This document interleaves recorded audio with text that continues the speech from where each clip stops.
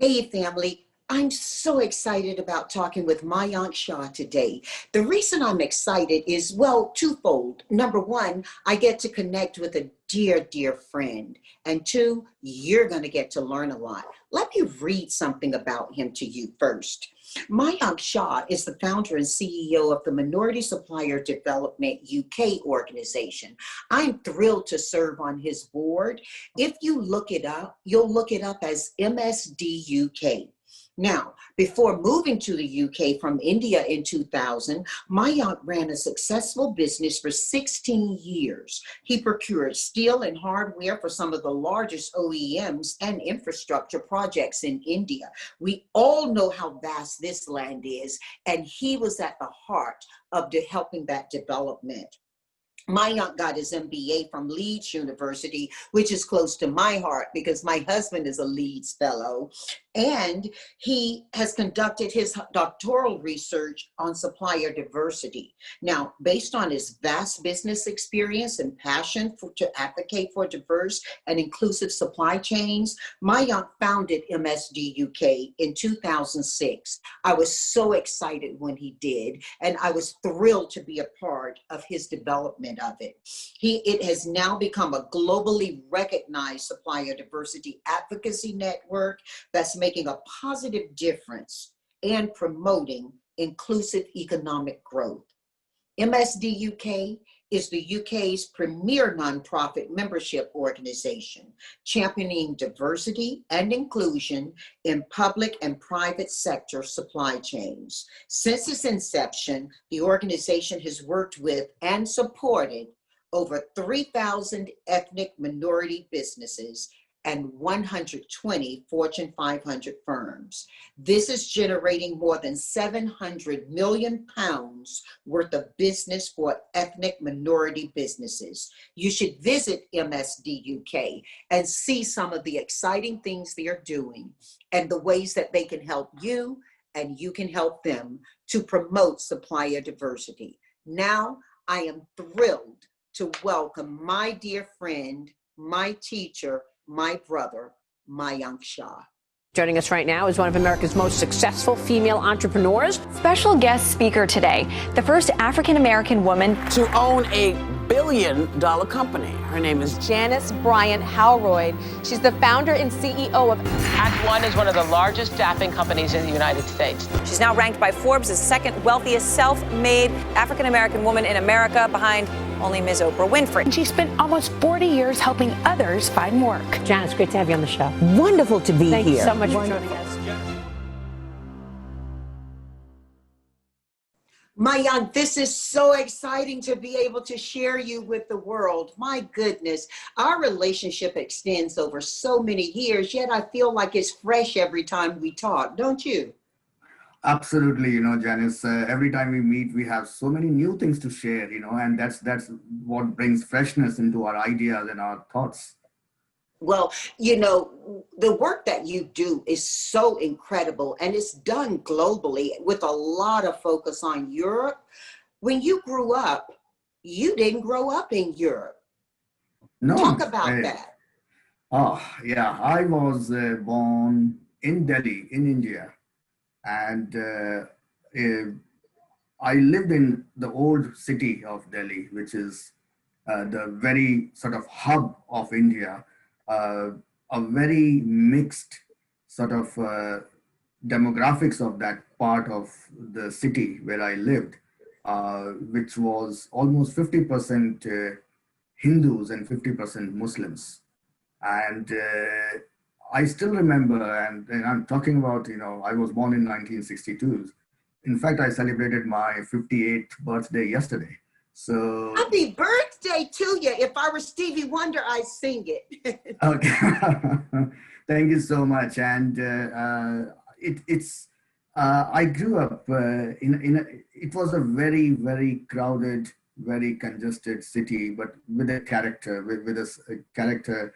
And I remember where I used to live, our house was, it was in one of the world's largest spice wholesale markets in the world, the largest spices market so I grew up amongst entrepreneurs, and I could see them it was, I might send you some pictures. We recently revisited that area. I took my kids over there to show where we used to live. And we were in this whole, we had an apartment in this, the block of apartments, which had a shallow middle. And then they had this wholesale market where I mean, traders we were see trading. art.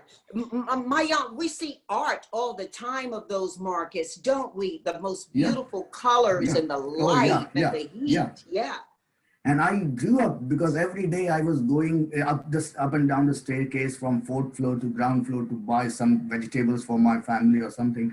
And I would be in the middle of spices and dry fruits, and I would be sneezing all the time, because it was, but it was, my dad used to say that when in that building that we were living, we had a common wall with a mosque on the other side. One side of the apartment, we had a mosque.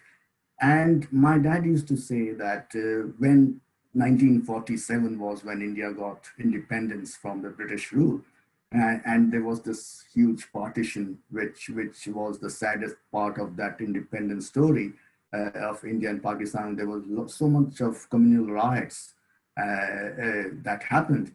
And my dad used to say that all the men in that whole apartment sort of building used to have guns and patrol on the terrace in the night.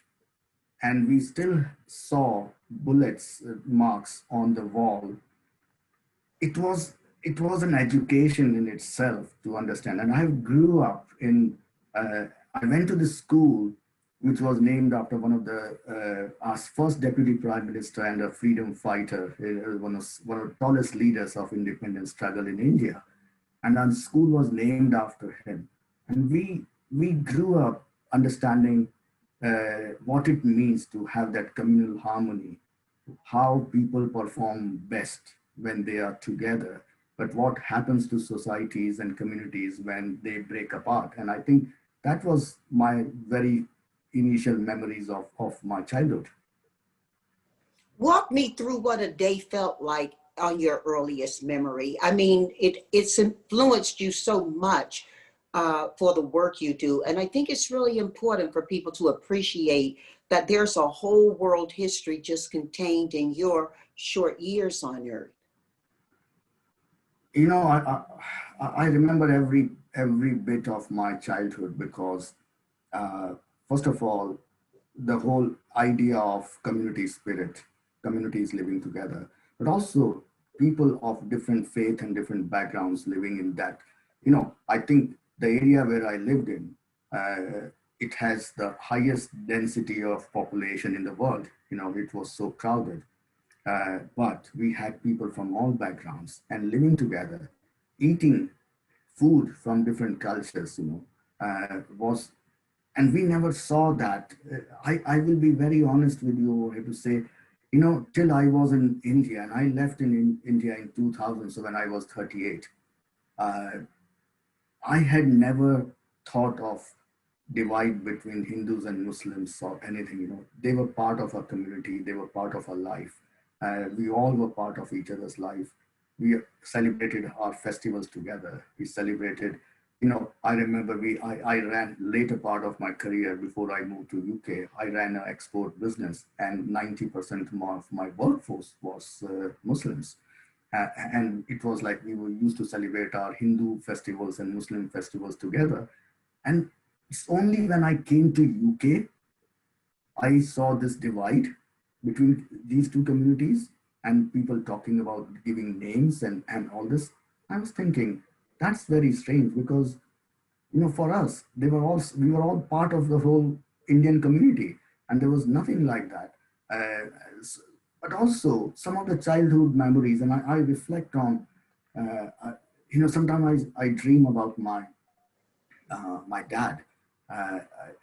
He used to give an example. In India, the poor man's cigarette is called bidi, BIRI. And it's basically directly made out of the tobacco leaves that are wrapped by a string. and tobacco powder inside, and that's the cigarette, poor man's cigarette, right? And even still, it exists. And my dad used to work for one of the second largest tobacco company in India at that time, and he was a regional manager for managing, I think, 30 plus branches in North India.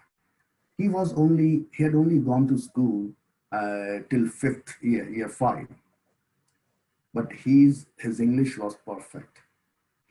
I had learned managing business from him, and I still remember, and I'm thinking, whatever I learned in my MBA, he taught me everything without going to those universities and those colleges, because I learned about market segmentation, market differentiation, managing reporting, management reports, and accounting, and managing people. I used to go to his office, and he had a staff of around 40 people working for him. And I was little, I was maybe 5, 6 years, and we used to live just opposite the office. And he would just call my mom to say, "Oh, don't send him to the office." And I will go, he'll send someone to fetch me. And then I will go, and he will vacate his seat, his chair, and say, "Okay, sit on my desk." And it was like, and I felt so well that I'm sitting in. And then he will get a bottle of Coke or Thumbs Up for me. And I was pampered like anything because I was a little child. But I learned so much from him. And I still think that, everything that I do now, I always remember my dad all the time, how he used to do things. And it's just incredible memories that I have of my childhood. Wow. What about home life? Home life, I think again, it was, I used to go to one of the very good schools in Delhi at that time. But I still remember in the summer break, and summers were really bad in Delhi at that time, and there were no air conditions or anything at that time. It was basic, just a ceiling fan. And but I still remember when I used to have those 3 months break in the summer, I would set up a book library for all the kids in that area. And in the evening, I would take a folding sort of bench on the terrace, and I will organize with various newspaper vendors, getting free magazines or books, etc., and set up everything. And then all the kids, we had around 200 kids in that whole community. I will create a library card for them, temporary, and I will sit for 3 hours in the evening distributing books and newspapers and magazines to them, and maintain that record. And I think, again, that reflects on that I always wanted to bring people together, so childhood was beautiful.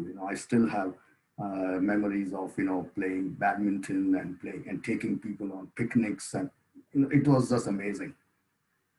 I think you and I have such a natural friendship. I think of you as my brother, and as we visit our childhoods, in ways they are so similar. With me organizing classrooms, and Mom said my favorite pastime was to teach kids. I'd be the school teacher.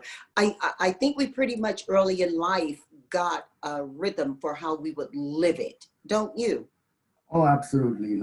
I still remember we had neighbors who had three daughters, and they were like my sisters to me. And we still go to each other's place, and we still liked, and they were like, I was their big brother. And we had a beautiful terrace, and we would just sit in the evening or daytime, and I would just teach them. I would make sure that and when the younger one was going through her GCSE, I would be the person. I would go with her to the examination center to make sure that she goes there safely. I will sit outside for 3 hours. She comes back, and bring her home. It's just natural. It's nothing new, but it just came natural to me. Well, when I think about how you've always wanted to bring people together and how your community was as a child, I get these ideas and the colorful market that was right outside your door. I always relate to colors and smells, and I get a sense that if I were to visit you, I would enjoy those beautiful smells that I so love in Dishoom when I come, and you and you take me to dinner in London. Am I onto something here? I mean, was it that lovely? Oh yeah, my mother was the best cook, but also it was like it's really interesting that every day I saw her make food, lunch and dinner for nearly 60, 70 people, right? Because my dad and all his 40 employees, they were coming, most of them were unmarried, so they're not married, and they'd come from outside of Delhi to work. Uh, and they would basically be served food by my mom.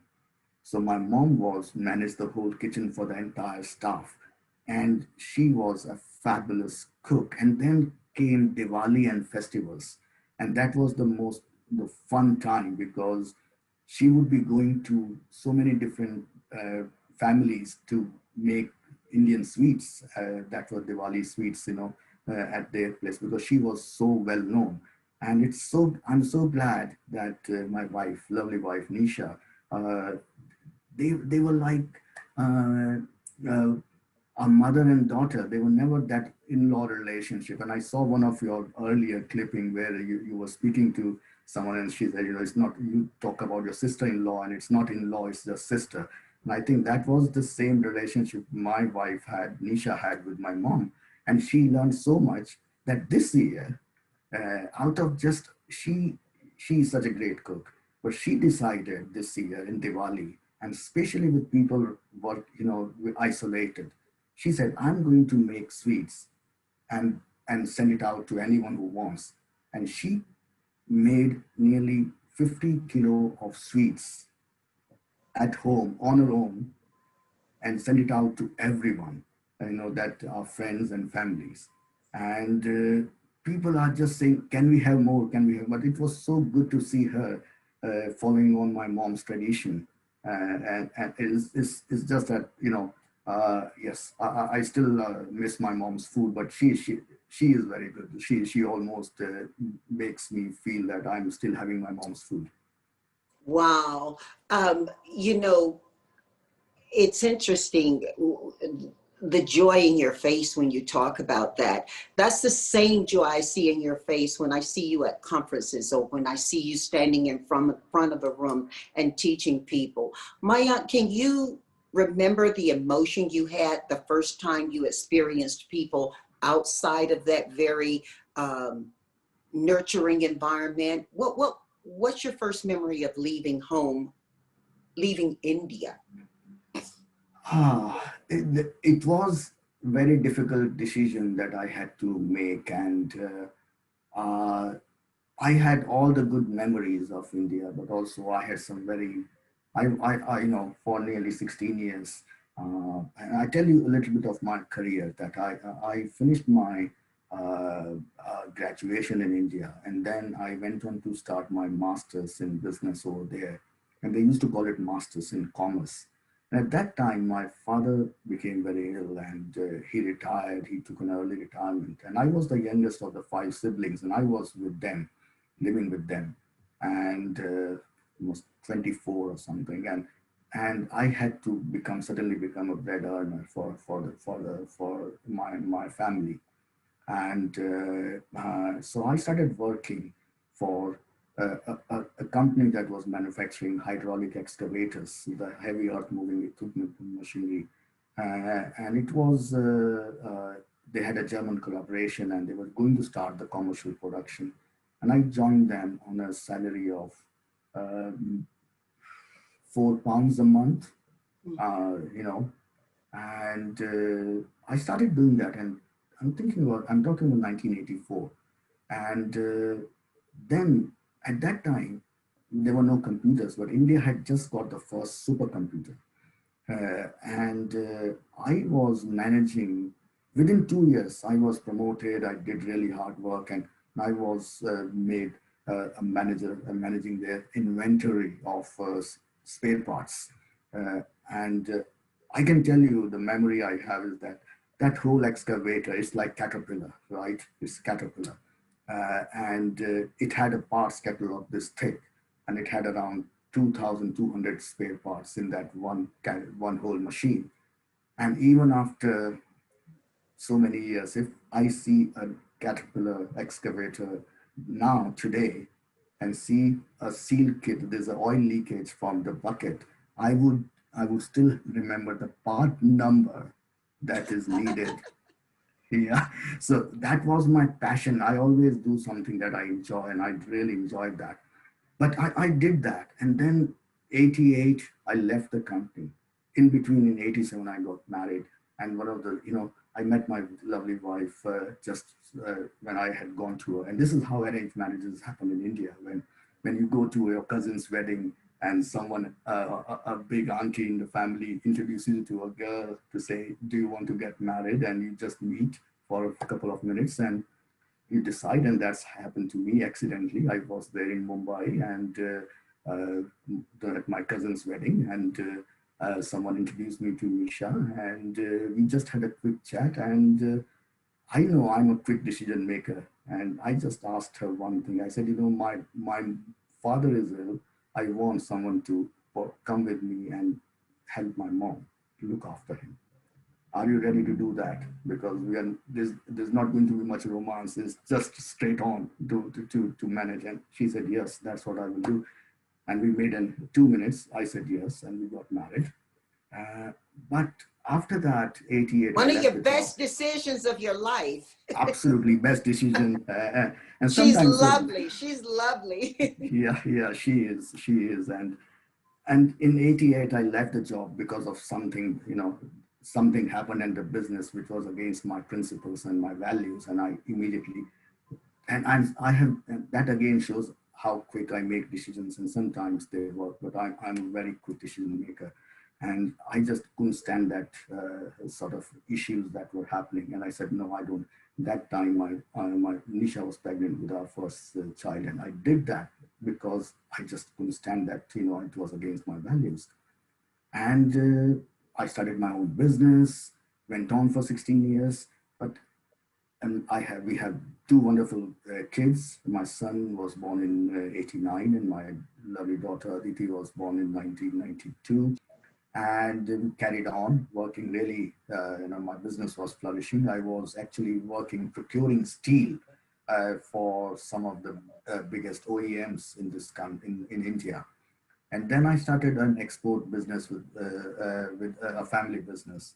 And that was at the time when I started getting a little bit frustrated because I always wanted to do everything ethically. And India was a tough place to run a business ethically. Everyone knows that. And I was not comfortable also raising my family in that environment. And I still remember that time when it was height of the summer break, school break. My kids were nearly 10 and 7. And I took them to, myself and Nisha and the two kids, we took them to British Library in Delhi. And it's just a massive building. We entered it there, and we were struggling. We were having some struggle with the business also. Mm-hmm. And there was a big poster of distance learning MBA at Strathclyde University in Glasgow. And Nisha just said, Mayank, what if you had done an MBA, maybe business, you could have run the business differently. And I said, what's wrong doing it now? Let's go out of this country and do that business. Why to do distance learning? And that was a decision I made without thinking that I don't have money. I have a growing family. I'm going to an alien country that I don't know. And I don't know whether they will accept me and sort out my immigration because I'm just going on a student visa. But I packed my bag and came to UK to do my MBA. My family joined me after 6 months. So I was living in a student's accommodation for 6 months, learned how to cook myself, and lived in the student accommodations and did my MBA. But I didn't have money to pay for my fees. First installment I paid from India, and then I was suspended for 6 months because I couldn't pay my fees. But I had such a support network in Leeds in UK that they all supported me during that time. My family joined me in after 6 months. We lived in a shared accommodation with other four young kids from. I was like big brother because I was 38 and most of the MBA students were nearly 24, 26, 27. So I was like a big brother for them, and many of them from India, and they supported me.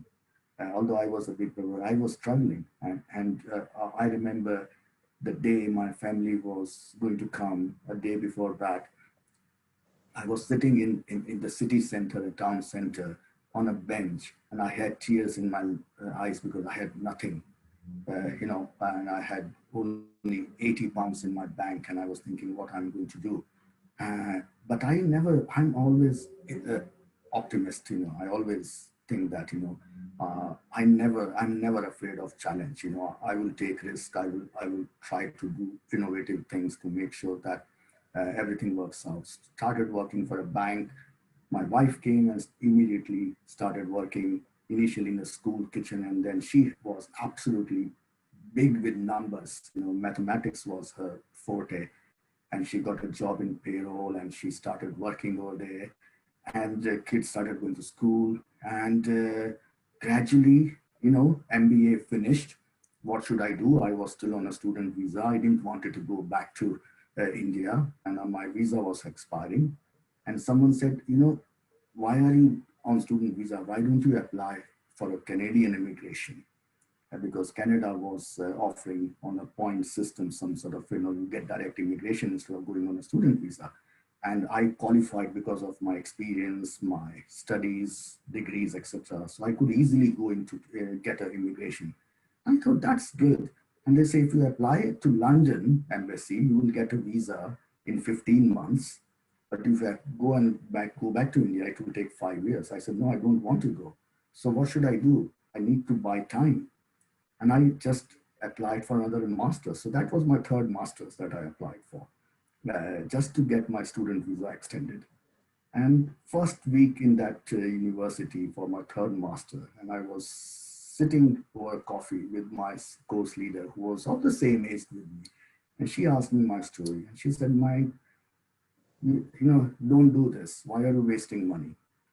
Apply for a PhD and you will get, first of all, extension for 4 years so that if something happens, you still have time with you on your side. And you will get some scholarship. So, okay, that's a much better idea. And I said, how do I get into a PhD? And she said, oh, you need to prepare a research report, proposal, think of a topic, write a 5,000 word research proposal, apply to a university, postgraduate department. They will send it out to professors who might think there's a good idea and they might invite you for an interview. I said, no, that's not entrepreneur in me. I'm not going to do that. So I did a reverse way. I looked at 4 Indian professors in 4 different universities, studied them about what their research interest is, approached them directly to say, I'm interested in research in your area. Can I come and have a coffee with you? I went to meet all 4 of them, talked about my experience and said, can I apply? And can I? They say, yes, send us a proposal. And don't send it to the postgraduate office, send it directly to us. Now, Janice, living in a shared accommodation, working full time with 2 growing kids, I wrote 4 different 5,000 word proposals and sent it to all the 4 universities. And guess what? I got offer from all the 4. I applied, I got my student visa extended. And within 1 month of joining that university, I came across this PhD offer, which was completely funded, fully funded. And it was on supplier diversity. And I thought, okay, I would save so much of money. And I would be better off if do that if I get selected. So it was fully funded by the government, and I applied, and I got selected, and that's the start of my supplier diversity journey. In 2002. You have continued to give back and give forward so much. It really impacted you. Mayank, you need to share with us a little bit about MSD UK and all the things you're doing now. And in the midst of this global pandemic, that we see the light at the end of the tunnel, but we're still very much in the tunnel, you've been able to create incredible outcomes. Give us a little history of MSD UK and bring us forward on why I'm so excited about being a part of what you do. As I said, I started my research on supplier diversity, and the idea and the centerpiece of that research was to look at businesses in this country, in the UK, that are owned by immigrants, that are started by immigrants in this country, and how supplier diversity program can be the vehicle for their growth, and look at the US model and see what are the good practices that can be brought back to UK to help immigrant businesses. So I went to US on my research trip in 2002. And before I went on that trip, I wrote to a number of supplier diversity champions at that time. I remember, people at Ford and IBM and JP Morgan, and the big daddy of supplier diversity, that's what they used to call him, was Ray Jensen at Ford Motor Company. I remember Ray Jensen so well. Yeah. He was the one who nominated me for my corporate plus status. Wow. Yes. So I met him. I went to Detroit and met him, and he had given me 30 minutes for interview. And I remember going into Ford Motor Company, and he took me to his office, and I had that small tape recorder with a small cassettes, and he started. And believe me, he went on for 3 hours. Mm-hmm. Mm-hmm. And I still have the transcript of that interview. And it was like I was running out of my cassettes, and he saw that, and he asked his PA to say, fetch more cassettes for him so that he can continue recording me. And that's almost like a Bible for me on supplier diversity till that, And what I saw over there from him was how corporations, especially after the racial riots in Detroit in 1960s, how they all came together to create wealth in the community and found a solution for reducing that racial hatred. And because they thought that, just by giving economic empowerment is the only way you can reduce those tension in the community, because it leads to better education, better health, better prosperity in that community, more jobs in those communities. And he gave me examples of what the Big Four did in Detroit to pick people who were just running small garages to make them multi-billion-dollar businesses. They invested in their growth. Yeah, and Mayank, you hit on something that maybe we can divert and just talk about a little bit, because the idea is that for many people, before those 8 minutes and 43 seconds of George Floyd, many people thought about the racial issues across the globe as being social issues. And we're seeing with the convergence of health pandemic, economic and social pandemic, that they are all very much connected. And economics fuels so much of it. You see that in the UK. We talk about it here in the US. You see that in the UK. Talk about that a little bit. I totally agree that, I always say that, if you are economically, as a community, if you are economically prospered enough, it reduces everything else. It tackles every other underrepresentation, because just having that comfort level as a in your family of a good, decent income, helps you invest in your kids, helps you invest in health insurance for better health for you. It helps in so many ways. It reduces the stress that you have every day about worrying about the next day, next meal. You know, economic prosperity sorts out so many different things. And I think when I talk about supplier diversity, I think it has got the power, and to change this, because when I go to procurement people and speak in large corporate, I say, you have the most important power in your hand to make that change, because you have the power to invest money in communities. If you do that rightly, with right mindset and right purpose, you are going to impact so many communities just by making sure that you are inclusive in your approach. Because I was just had a statistics recently. I made a call to FTSE 100 companies to invest 1% of their purchasing with minority communities. That amounted to 18 billion pounds. Wow, yeah. Right? Just think about that 18 billion pounds going into minority communities in this country and the impact it will have on job creation, on better health, better education for the next generation. Or That's what even it is. Mayank, when you think about it, because you and I both know this because we work with so many communities and so many cultures, the money that governments invest that don't go into education end up going into the judicial system and into jails. I remember hearing a conversation that went this way.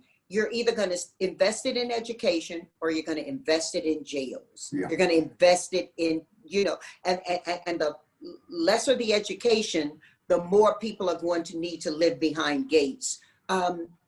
That's very true all over, isn't it? Oh, absolutely. And when you hear those stories about, how many people from minority communities, especially Black African Caribbean community, are going into jail, and I think it's you need to invest in education. Government needs to invest in education. I think the whole funding model is so wrong, where it's about it's you know when people talk about invest in terrorism, and it's like I always say that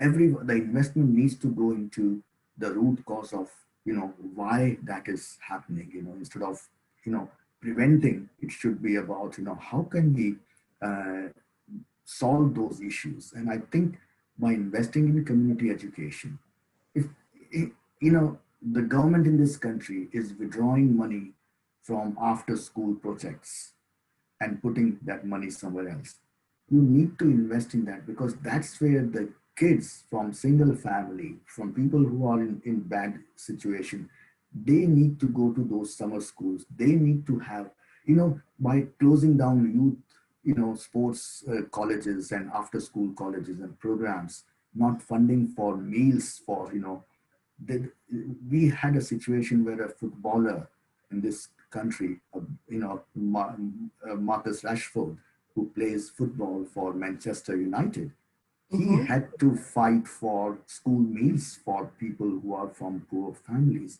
He had to fight the government. He raised so much of money, and he has become a star now, known for his work he has done. But why does a footballer athletes across the globe are stepping up? Stepping up, aren't and they? I think that's Look positive. at the US. Yes, Yeah. they are stepping up in roles that traditionally were our elected officials passage for us. And I totally agree with you, Janice, that our governments have turned into investing in misplaced ideas, where there's greater need. I think pandemic in this country has shown how it has impacted, and I think it's also in America, where how it has impacted the people of color, because my goodness, Mayank, this morning at 4 a.m., I'm listening to the statistics, and I live in the LA area, right? And we are really hard hit with it, as are so many communities. But the statistics are dire. And once you get underneath the numbers, you see that Black people are dying twice the rate of whites. Brown people are dramatically impacted as well. But as you mentioned earlier, Blacks have that higher number of deaths in this. And we have to pay attention to that, because it does tie again so much into the economics, and that impacts the health, that impacts the education, that impacts the social justice system. In my home when we were growing up, Mom and Dad always had us recite, education is freedom, education is freedom. And when we were younger, we would laughingly say it sometimes because it was by rote. I can't remember a day not having them ask us to complete the sentence, education, and we'd have to say is freedom. Your situation is very similar, whether you repeated that or not. It truly has been the changer for us. And I think it's been the impetus for us wanting to change it for others. Absolutely. And if you look back at the history of immigration in this country, it links with the British colonial rule, where people came from India and erstwhile colonies where British ruled, and Africa and Caribbean. And I still think that, a good example is 1972, when Idi Amin in Uganda asked all the Indians to leave in 24 hours overnight, seized all their assets. They were very rich community traders. And because they had gone under the British rule to Uganda, they were the subject of the British Empire. So they were granted to come to UK, option to come to UK by the British government. And incidentally, where I live now, my city, Leicester, it opened the doors for those 32,000 Ugandan Indians to come to the city. Now, at that time, Leicester was a textile hub, one of the biggest textile hub in UK. I remember. Yeah, and they came overnight, packed with kids, large families, and it's one of the biggest success story of immigrants in this country's history of immigration.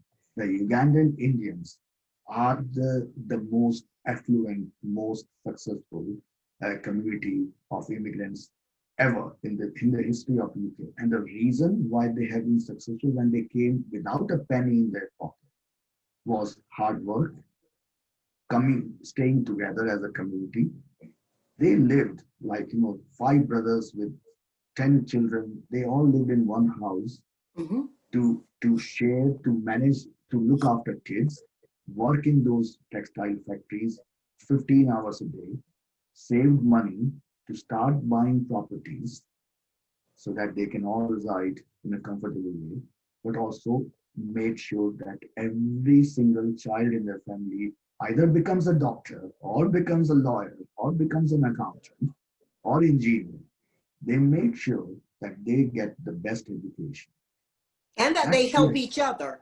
Oh yeah, help each other, absolutely.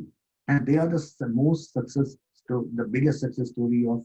Now, I always say that communities as such of color need to learn from each other. Sometimes we work in silos. All over the world, we all work in silos, and that's not helping. My dad used to say that, these fingers, if they are on their own, it doesn't have anything. But the moment you bring them together, it brings strength. Collectively, united, we have more stronger than divided. So, and I think that communities, sometimes we say, Asians don't need help. I think we can learn from each other, and we need to learn from each other. And I think that's what makes me proud at MSD UK, because what I have tried to create is bring all cultures together, because there is so much of learning and mentoring and support that we need from each other to learn how Asians are successful. What can we do? At the same time, it's our responsibility as an organization to make sure that we support underrepresented communities or Black communities by investing in them so that they can also reach the same level that others are. but also share each other's success and stories. You know, Mayank, you do that beautifully within MSD UK. Will you please do two things for me? One, will you break down for us what supplier diversity means, what it's all about, and then how MSD UK is solving toward that effort? I think, as I mentioned, and I say that to corporations all over the world and procurement teams that I engage with, is that supply diversity solves so many issues, both commercial and social, for any large company. When it comes to social issues that the impact their supply diversity program makes, one is they are directly addressing the issue of inequality, socioeconomic inequality, by encouraging entrepreneurship in those communities. But also, if they look at 38% of UK's population by 2050 will be of color. That's your market of the future. And if you really want to have a piece of that cake, you need to, as a big brand, you need to have your brand visible in those communities, because people of color are more trustworthy and more loyal to brands. Research have said, have shown in America and everywhere that Very brand loyal. We are very brand loyal. So if you really want your brand to be part of that community growing consumer market, you need to either employ people from those communities or do business with that community, because that's how you're going to get that brand loyalty. So there are those social impacts, but also investing that is coming out of. Because another piece of research that has come recently all over the world is that the future generation, our next generation, the young people all around the world are more socially conscious, more conscious about the environment, more conscious about how big brands are doing when it comes to ethical sourcing, environmental impact. So if you really want to attract the best talent in your organization in the future, you need to be socially conscious brand and company, and not just tick the box, but do the things that they expect you to do. So those are the social issues of supply diversity if you do it right. But also the commercial aspect, which basically adds value to the corporate bottom line, is that you get innovation, in your supply chain. You get a competitive advantage. And finally, you get an alternate supply chain options. Now, pandemic is a real good example where when COVID-19 hit, many of those supply chains were disrupted because they were all relying on China, all relying on Far East countries, and supply chains were disrupted. And they couldn't get PPE, they couldn't get essential goods and services. What happened at MSD UK? We had 10 amazing entrepreneurs, minority business owners, who had all the sourcing sorted to provide that continuous supply of essential products and services.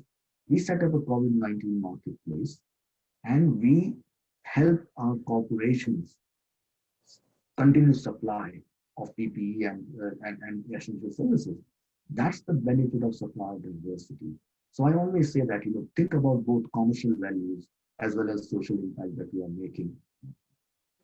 And as a minority, I can look strongly forward and say our community is your community to anyone who is not a minority or a part of the minority majority community. Two things dynamically impact this. One, as we come out of this pandemic, everybody is going to be robust in their desire to congregate again, to remove the distance, even though technology has helped us through that. We're going to want to touch and smell and feel together again. And I will say also that young people really are establishing their communities more from their ideals than their ethnicity. And so marriage and childbearing is going to create a wonderfully, in my opinion, very new culture for the whole world. And we're going to see that many of those things that traditionally defined our communities no longer will. We know that's happened with technology, Mayank, because we've seen how technology has enabled businesses to be born global, you know, from day one. And I do think that we have to be very thoughtful that how we've historically defined communities is changing. If companies want to harness an opportunity in these new communities, then they really will see that supplier diversity and supplier inclusion aren't simply socially right to do, nor even simply financially right to do. They're going to be forward thinking, and it'll be where all the innovation and all the research and all the new created commercial properties are going to be born from. What do you think about that? Absolutely. You know, the recent research has shown in UK that the fastest growing demographic in UK is the mixed race population. Yes. Yeah. Yes. And I think it's going to be the norm, you know, in the future when intercaste marriages, interregional marriages, those are the norms now. Normal norms. Our families are representative of that. Your family and my family, yes? Yeah, absolutely. Yeah. And that's the future. And we need to embrace that, you know, because we need to celebrate that, because that is going to reduce those social tensions that we have seen in our communities. You know, that's one of the sort of really important factor that I see when I see the mixed race communities growing at the fastest rate. But I also say, you mentioned about innovation, you mentioned about young people, and 20 years down the line when I started thinking about supply diversity. And I have been, you know, America and the US has taken the leading role over the last 40 years in driving this economic change. But I was really, over the years, recent years, when I used to go there, one of the things that I saw was missing in those communities were our young people. You know, I used to go to all the conferences that we go. It's a brilliant celebration of mixed communities and everything. But I didn't saw young people. And I said, you know, we need to do something different over here because we need to change. We need to be disruptive. And I think that's what we did over here. We made a decision that, you know, supply diversity goes beyond procurement, first of all. We need to look at the business as a whole.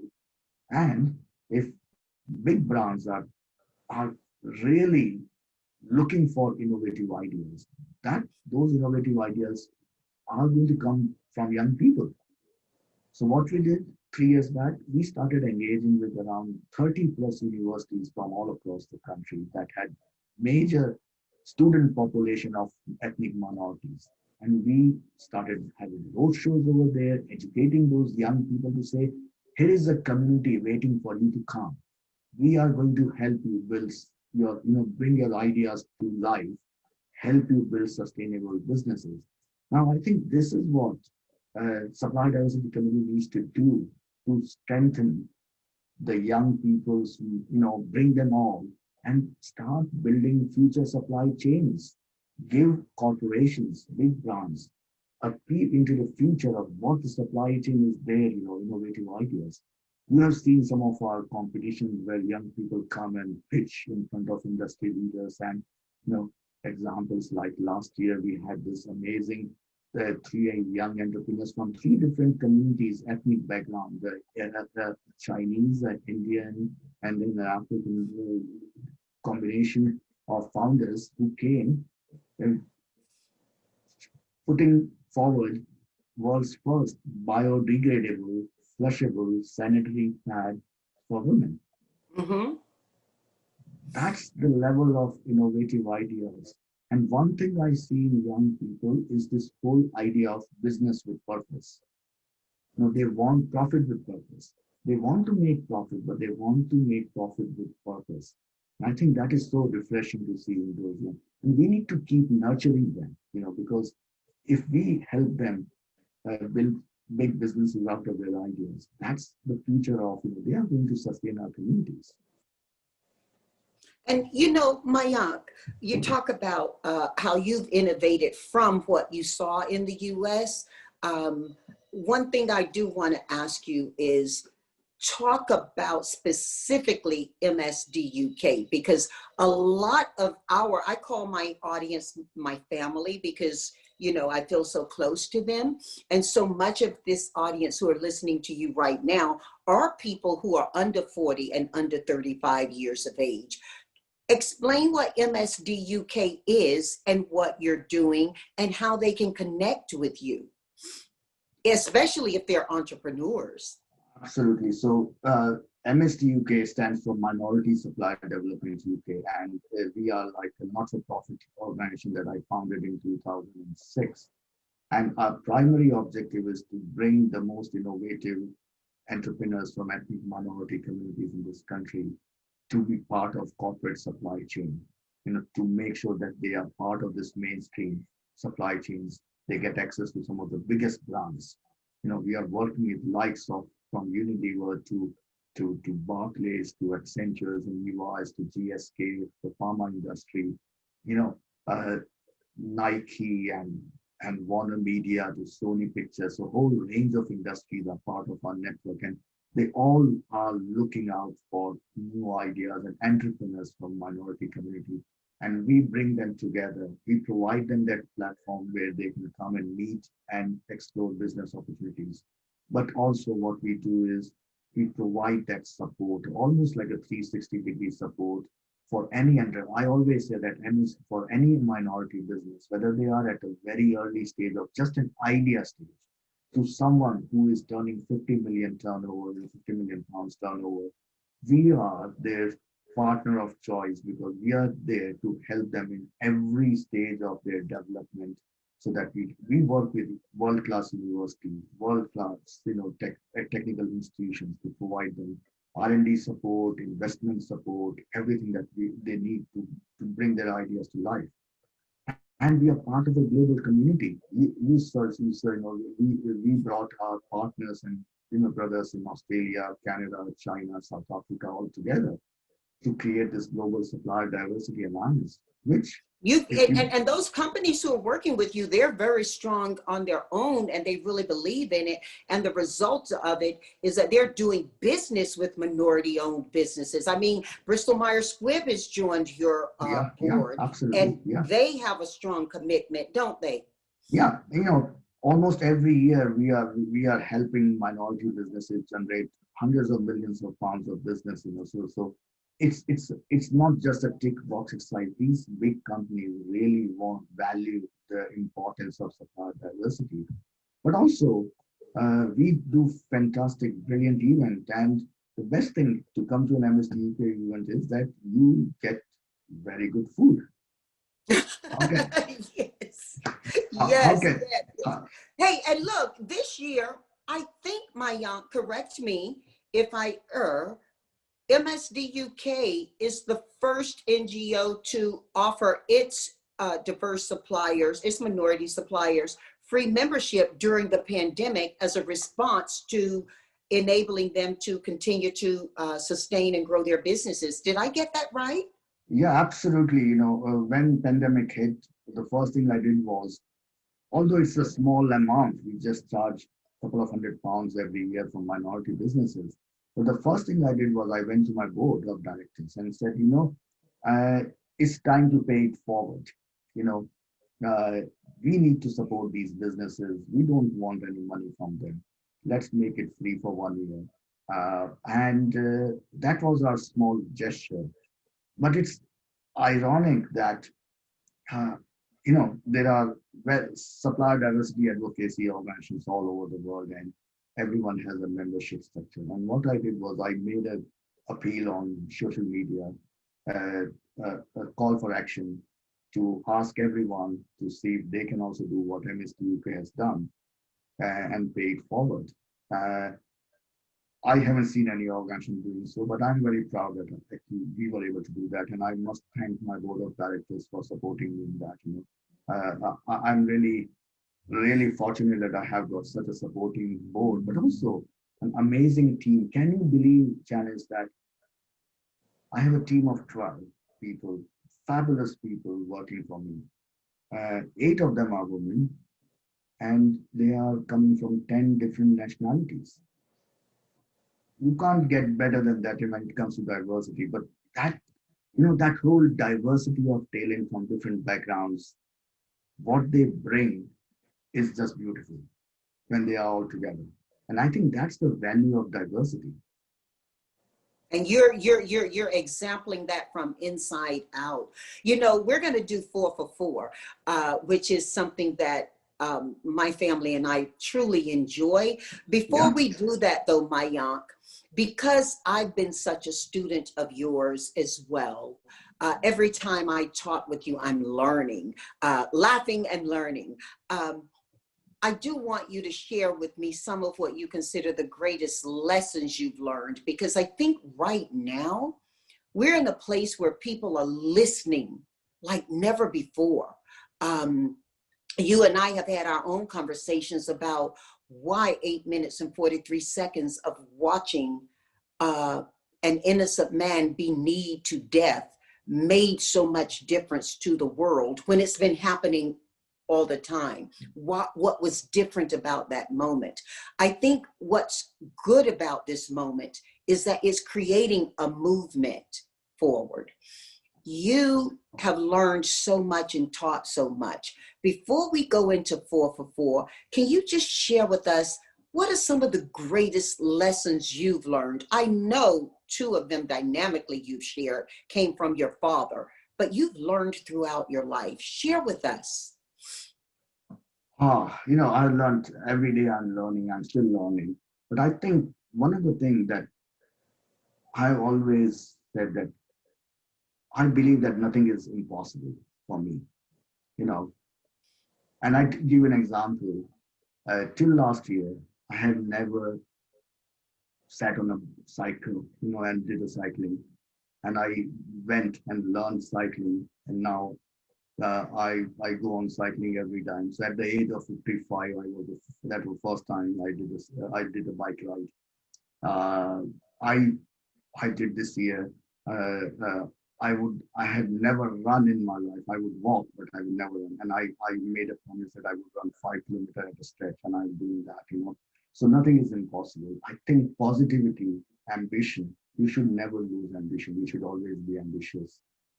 But integrity and humbleness is so much important, even if you are successful. And I have learned from you, how humble you are, how you have gratitude and positivity for everyone. I think, and respect for everyone. I always say, my father always used to say that, always remember those that have helped you when you are starting your career. Never forget about what people have sacrificed for you or helped you. Never forget that. So I think that's one thing that I always think. But also the biggest thing that I think I do always is, we are all very opinionated. We always have an opinion on everything and everything. And we just judge people without knowing about, anything about them. I always, before making a judgment on anyone, I always put myself in their shoes. So if I'm commenting on something that you have said to me, I need to reflect on why you did that. Why did you say what you said before I create and have an opinion about that? And I think that is important.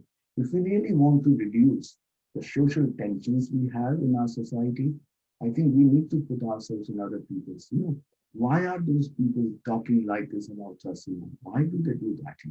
Why, as an entrepreneur, I'm making a decision that I'm making before even commenting on that. So those are some of the life lessons.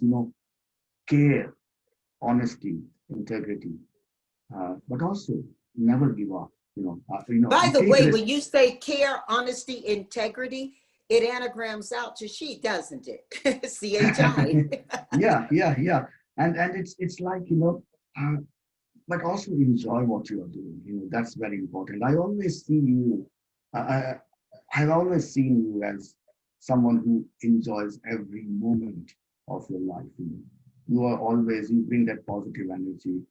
wherever you go, My and mom taught me very early in life, Mayank, when I first became aware of the strength of the civil rights movement. And I remember shortly after we got our first television in our family, seeing the hoses and dogs that were let loose on the civil rights marchers. Another moment that media helped us to inform our ideas about social justice. And I remember seeing that, and my response was anger and fear. And my mom sat me down, and whenever mom would grab you and hold you like that and take your chin up and say, "Look at me," you knew it was a serious moment. And she did just that. And she said, "Janice Elretha," she always called me Janice Elretha because her name is Elretha, when she was serious. "Janice Elretha, you've got to learn one thing. Anger will harm your body and it causes illness.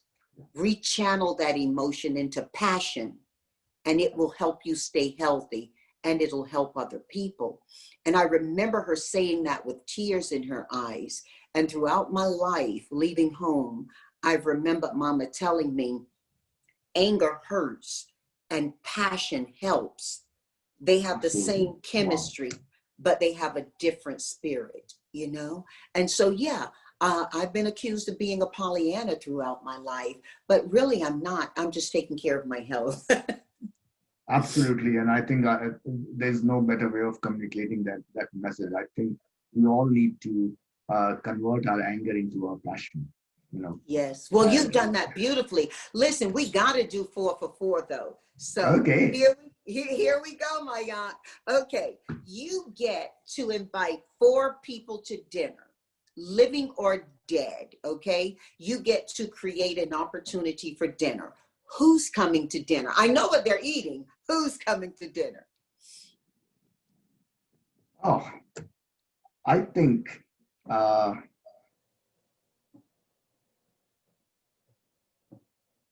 would like to invite, and I'm going to be biased about some of my favorite actors also. And I think my wife would be really pleased if I have George Clooney as one for dinner. I really like Tom Hanks, so I'd like to bring him. He was bold. He was one of the first to step up and talk about having contracted COVID and the importance of care during this period as well. So he's been quite a social giant as well as a cinematic one. Yeah. Oh. He and his wife. One. Yes. So who we got? Did you select George Clooney to come, or did you select Tom Hanks, or both? Both. Okay, so you got 2 dinner guests, okay? But George Clooney is going to please my wife, so Okay. It may please a lot of people. Yeah. And that's why she doesn't want me to dye my hair, so that's one of the reasons. I would love to have Mahatma Gandhi. Yes. Gandhi. Mm-hmm. Gandhi and Mother Teresa. Oh wow. Yes. When I asked my sister, a different sister than Zest, the one I did the podcast with, when I asked my other sister who she'd have to dinner, she said I'd have Jesus, Moses, Gandhi, and she said she wanted to just have them all sit together just to share with the world that we're all looking at, one solution. So, yeah, that's why would you have them at dinner though? You have to tell who and why. I think I gave the reason George Clooney is because it's to make sure that my wife cooks the best food. She'll be present, right? She'll be present. Yeah, she'll be present. So we need to have good food. And if George is there, George Clooney is there, she will make the best food. So that's one thing. I think Tom Hanks, I've admired him and his career and some of the films. I know actor is an actor, but at the same time, in real life, also the stuff that he has done. I think He's, I would like to sit down with him and And have he and this. his wife are so aligned in what they do. Likely he will bring her and you'll get a Yeah, double, you'll get a yeah, double win. yeah. And I'm sure once I tell him that who's cooking, he's going to bring his wife, Yes, because yes, yes. and I think I born and I mentioned that I was born when India was a very young independent country.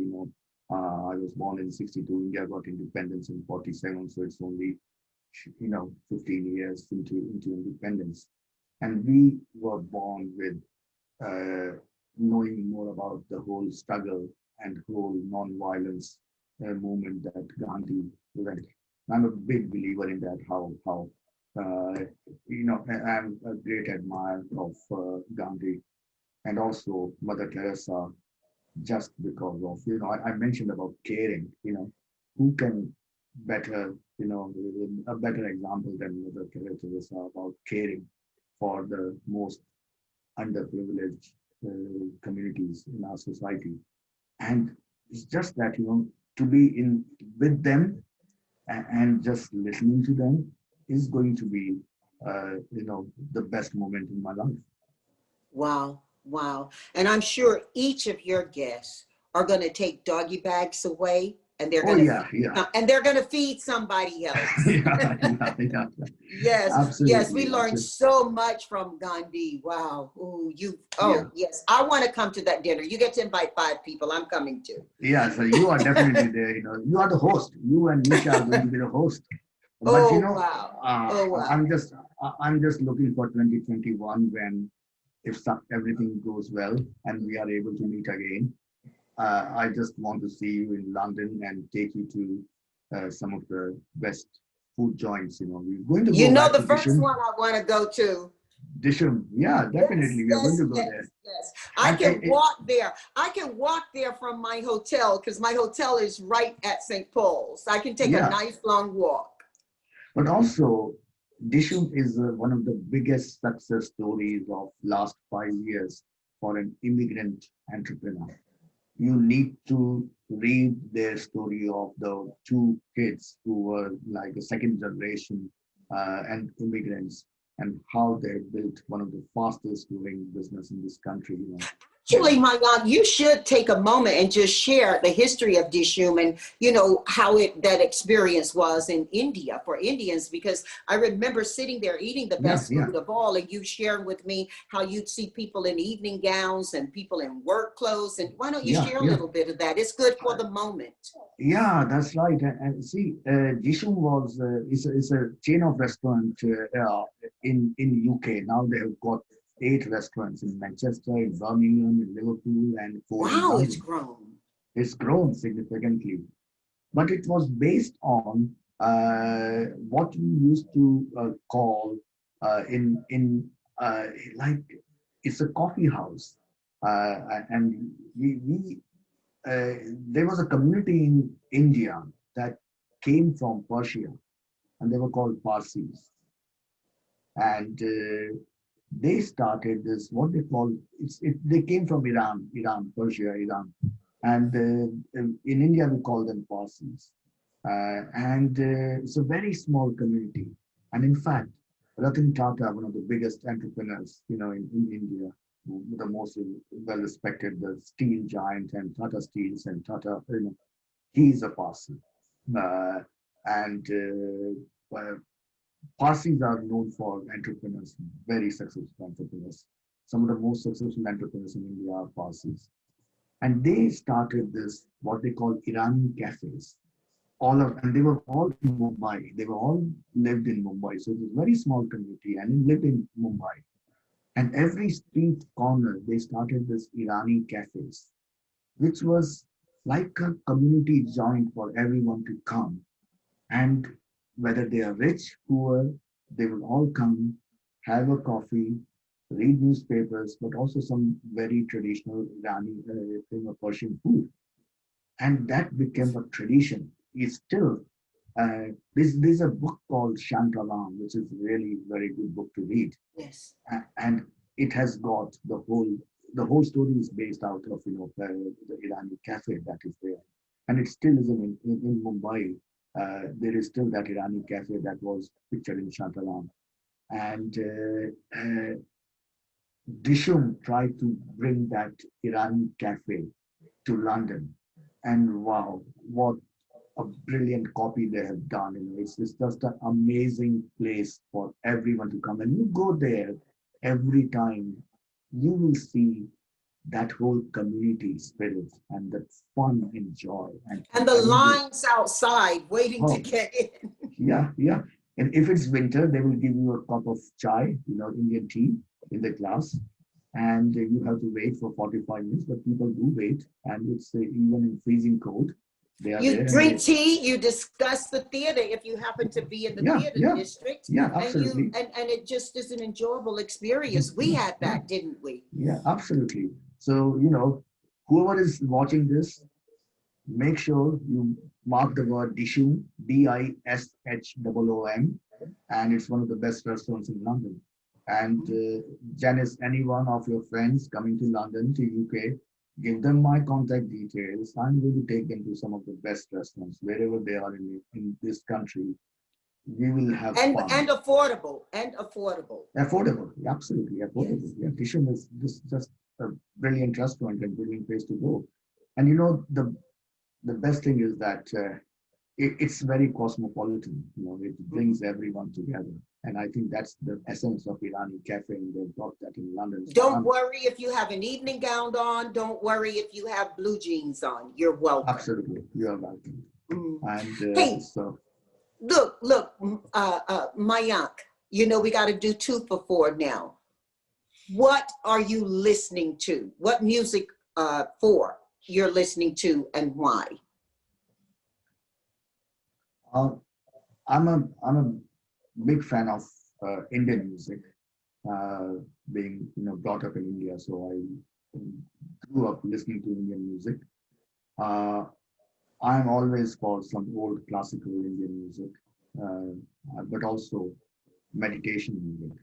So, But you got to give us artists and names of songs, because I'm taking all of the music from my podcast guests and I'm creating a beautiful playlist. So you've got to tell us the artist and you've got to tell us the song.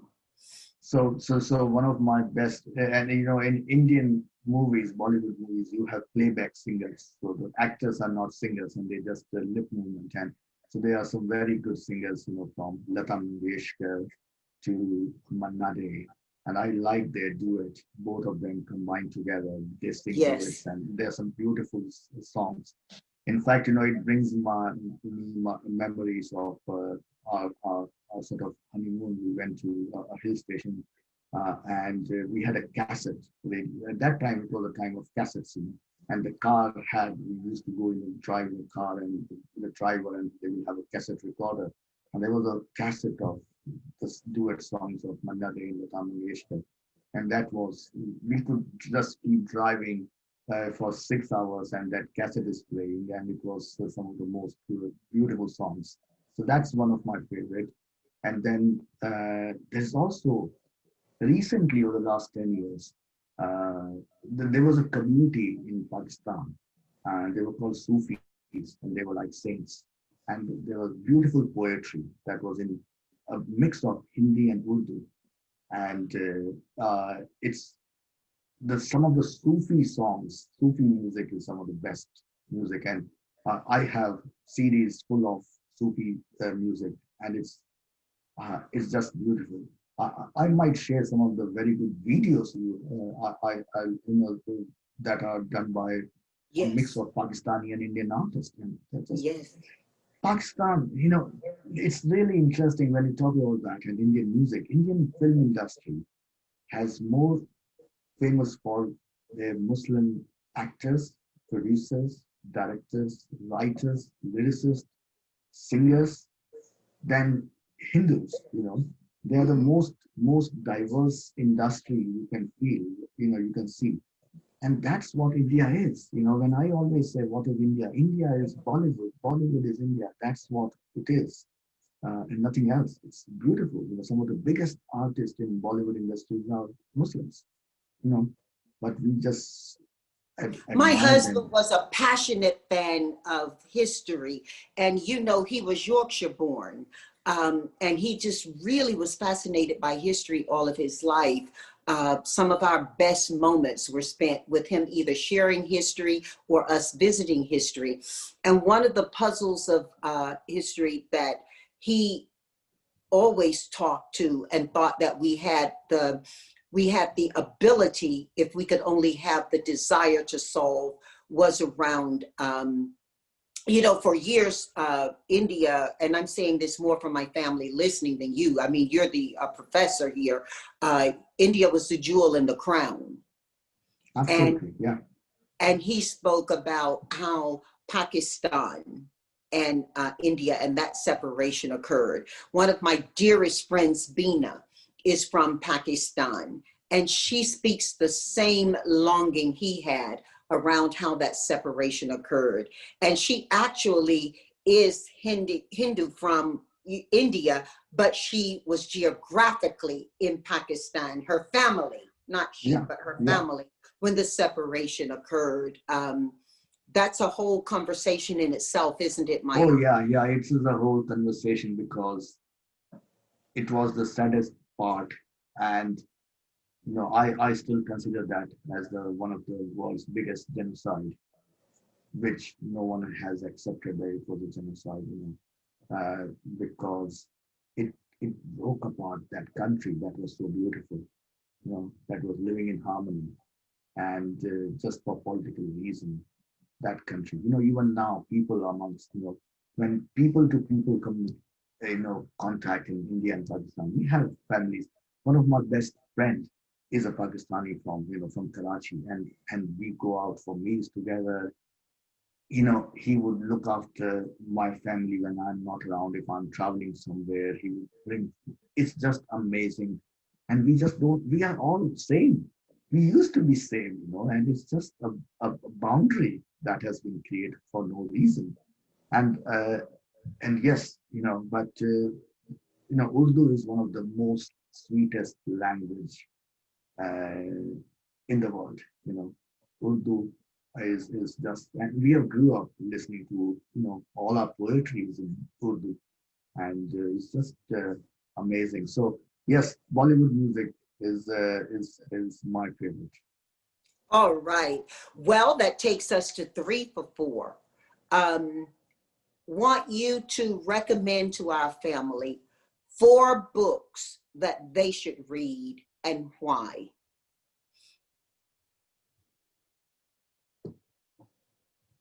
Uh, I think some of I'm not a very avid, I would confess that I'm not a very avid reader. And I think maybe just I can't concentrate, uh, yeah, I can't focus. Shantaram is one Yes. that I've read and I really had a big impact on me. The Kite Runner. Mm-hmm. Mm-hmm. Uh, I and actually saw that movie. I didn't read the book, but I saw the movie. yeah, this is a beautiful, beautiful book also to read. Uh, uh, I was just reading, and I will send you this. There's a 4-part series on Netflix, uh, which revolves around the school that was set up by an Indian doctor in America Mm-hmm. back in India to educate kids from the most deprived communities, and it's called Shanti Bhavan. Mm-hmm. And it's one of the best Netflix documentary on women empowerment, on education, but it brings tears to you. And I'm reading a book of a life story of one of the girls that featured in that documentary. Uh, when she talks about her upbringing and how Shanti Bhavan changed her life, and it's his her dad was a sort of elephant keeper, in the jungles. But it's a very, very moving book. And the final one that I would say, and I haven't read Obama's book, but I read Michelle's biography, Michelle Obama's, and that is also one of my favorite books. Thank you. Thank you. And now, Mayank, we're going 4 for 4. And Okay. I've certainly enjoyed Bring it them. on. Okay. Give our family the 4 pieces of advice you think most important for them to have today.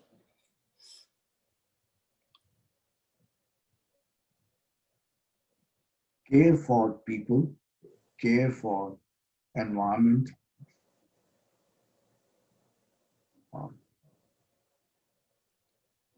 always be optimistic, and really believe in relationships. Relationships are the most important things in life. Wow. I think this is what COVID-19 has brought us home, because when we see our elders, are suffering because they can't have a hug from us, or if we are grandparents or parents and we can't go and look to see our grandkids or our kids, you start thinking about what those little moments of going and giving those hugs to our near and dear one, they are so important. And we don't, we have been, for the last so many years, been so involved with and so mesmerized by everything materialistic around us. We lost treasuring those small moments of happiness, which is so important in our lives. And I think those are the things that I've learned this time from COVID-19, that what those little hugs, that caring, that relationships, but at the same time, just be optimistic and hopeful that, if we do all these things right and care about our environment, I think we will be always better off, and we will leave a better world for our kids. Wow. Mayank, this time with you is some of the best time in the world. I always leave our conversations, whether they're in a group or one-on-one, better knowledgeable and feeling better. And this is no exception. I cannot wait to see you again. Share food, share life, and Absolutely. share together. And you share are hugs. incredible. Share our hugs. Share hugs. Share That's our what. hugs. Yes, share our hugs. Wow. Please, by the way, hug your family for me. Absolutely. And take great care of yourself. We need you. The world needs you. And from my heart to your home, absolutely, please enjoy the season. No, and I must say, Janice, that I've spoken all about myself and my family and my life, but I think you are one of those, I call my sister, but also role model for so many young people. You have made so much difference to so many lives. So I wish you keep doing that. Keep being Janice, and keep spreading the love and faith and optimism to everyone around you. Have a wonderful holiday season. Thank you. How you enjoy your holiday and your holidays. I love you, Mayank. God bless. God bless. Thank you so much. Thank you.